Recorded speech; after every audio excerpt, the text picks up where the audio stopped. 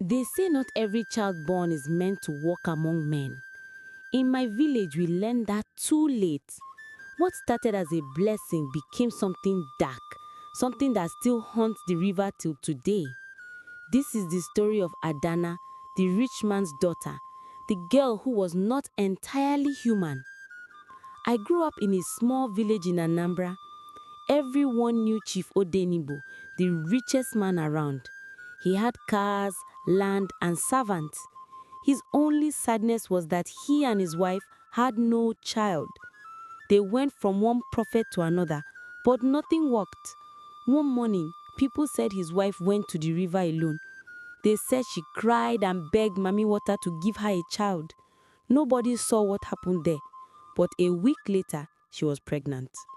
9 months passed. The baby came, a beautiful girl. They named her Adanna. Everyone came to see her. She had bright eyes that looked too sharp for a baby. The old women said she looked special. At first, she grew like a normal child. But strange things started happening. Goats would die in front of their house for no reason. Chickens disappeared. And sometimes at night, people said they heard hissing like a snake from their compound. When Adanna turned 10, children started dying too. It always happened after she fought with them. One boy slapped her once at school. That night, they found him dead, his body swollen, eyes open. The elders said it was witchcraft. But it kept happening. Anyone who made her angry died mysteriously that same night. People got scared of her. Even I avoided her. But one night, I saw something I will never forget. It was around midnight. The moon was bright.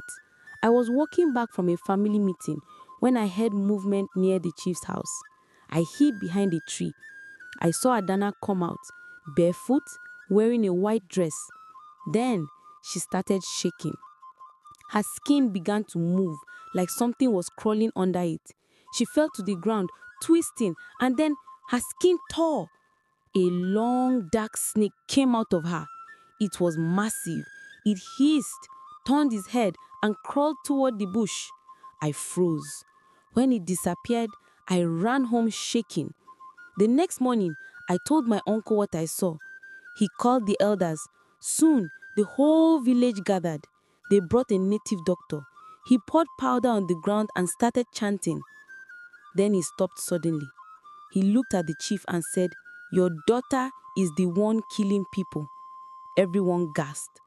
Before they could move, Adanna screamed. Her eyes turned yellow.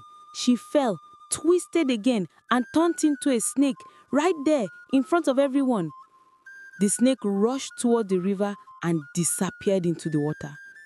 Her mother fainted. Her father dropped to his knees, crying and shouting her name. Nobody saw her again. But sometimes, late at night, when the moon is full, people say they hear a child laughing by the river and the sound of scales sliding through the grass. Chief Odenibo and his wife left the village soon after. Their house still stands, empty.